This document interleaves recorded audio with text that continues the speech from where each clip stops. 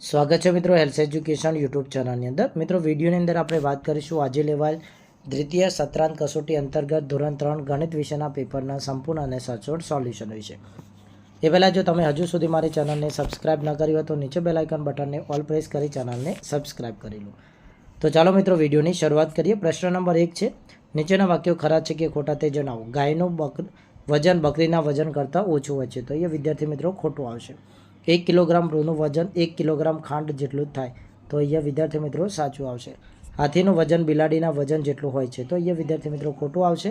100 ગ્રામ એ 1 kilogram કરતાં ઓછું છે, તો અહીંયા વિદ્યાર્થી મિત્રો સાચું આવશે। ત્યારબાદ છે વિદ્યાર્થી મિત્રો સૂચના પ્રમાણે કરો। 4 વખત 5 એટલે કેટલા થશે, તો અહીંયા વિદ્યાર્થી મિત્રો 4 ગુણ્યા 5 એટલે કે 20 થશે।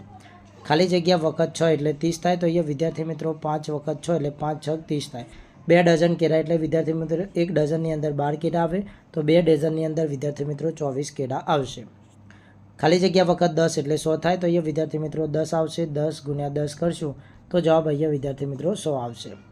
ત્યારબાદ છે વિદ્યાર્થી મિત્રો નીચેના દાખલા ગણવાના છે।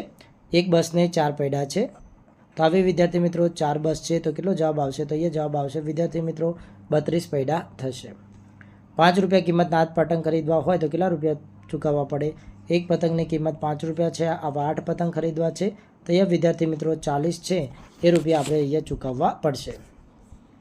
અહીંયા પેટર્ન આપેલું છે, પૂર્ણ કરવાનું છે। એક ગોળ છે, પછી 2 છે, પછી અહીંયા 3 છે, તો અહીંયા વિદ્યાર્થી મિત્રો 4 થશે। ત્યારબાદ અહીંયા વિદ્યાર્થી મિત્રો 5 ગોળ છે એ થશે। તો આવી રીતના વિદ્યાર્થી મિત્રો તમારે 5 ગોળ કરવાના રહેશે। અહીંયા મિત્રો ગોળ છે, પછી ચતુષ્કોણ છે, પછી મિત્રો લંબચોરસ છે, પાછું ગોળ છે, તો અહીંયા ફરીથી વિદ્યાર્થી મિત્રો ચતુષ્કોણ આવશે અને ત્યારબાદ વિદ્યાર્થી મિત્રો ફરીવાર અહીંયા લંબચોરસ આવશે। અહીંયા 17 14 11 છે, તો 3 3 ઓછા થાય છે, તો અહીંયા 8 આવશે, અહીંયા 5 આવશે। 4 8 12 છે, તો 4 દુ 8, 4 તરી 12, તો અહીંયા ચોગું ચોગું 16 અને 4 પંચા 20 અહીંયા આવશે। ત્યારબાદ અહીંયા વિદ્યાર્થી મિત્રો વસ્તુ અને કેટલું પાણી સમાય તેની વિગત આપેલી છે, જોડી બનાવવાની છે। તો ડોલમાં લગભગ વિદ્યાર્થી મિત્રો 10 લીટર પાણીમાં, ગ્લાસની અંદર વિદ્યાર્થી મિત્રો લગભગ અડધા લીટર કરતાં ઓછું પાણીમાં, પાણીની ટાંકી છે એમાં 500 અને તપેલીની અંદર વિદ્યાર્થી મિત્રો લગભગ 2 લીટર પાણી માતું હોય છે। ખાલી જગ્યા પૂરવાની છે સૂચના મુજબ। ખાલી જગ્યા ભાગ્યા 4 બરાબર 5 આવશે, તો અહીંયા વિદ્યાર્થી મિત્રો આપણે લખીશું 20, તો 20 ભાગ્યા 4 કરીશું તો 4 પંચા 20 થશે। 14 ભાગ્યા ખાલી જગ્યા બરાબર 7 આવશે, તો અહીંયા આવશે વિદ્યાર્થી મિત્રો 2, તો 2 સિત્તા 14 થશે।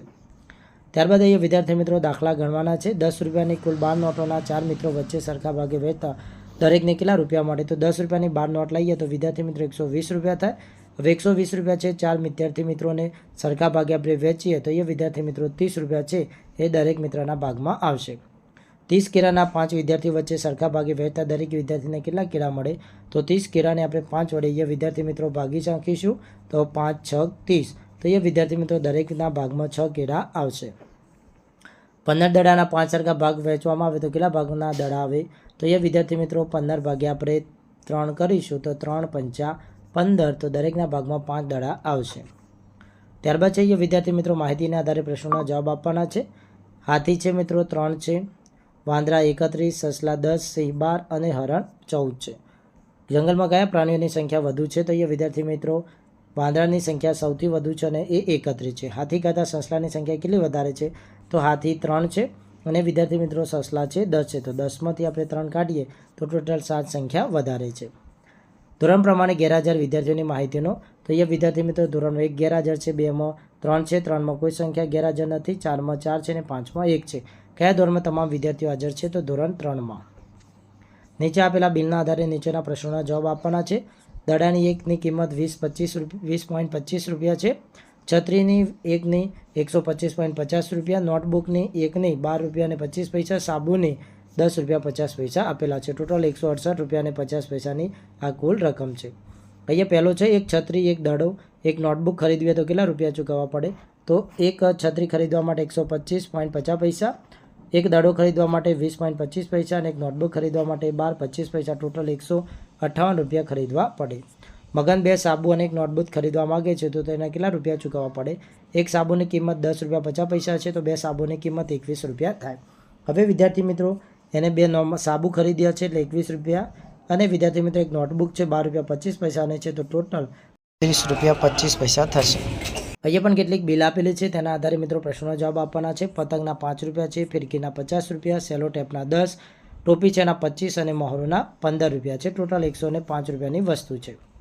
છગન એક પતંગ અને એક ફિરકી ખરીદે છે તો કેટલા રૂપિયાનો થાય? પતંગ 5 રૂપિયા અને ફિરકી 50 રૂપિયા, એટલે ટોટલ 55 રૂપિયાનો ખર્ચ થશે.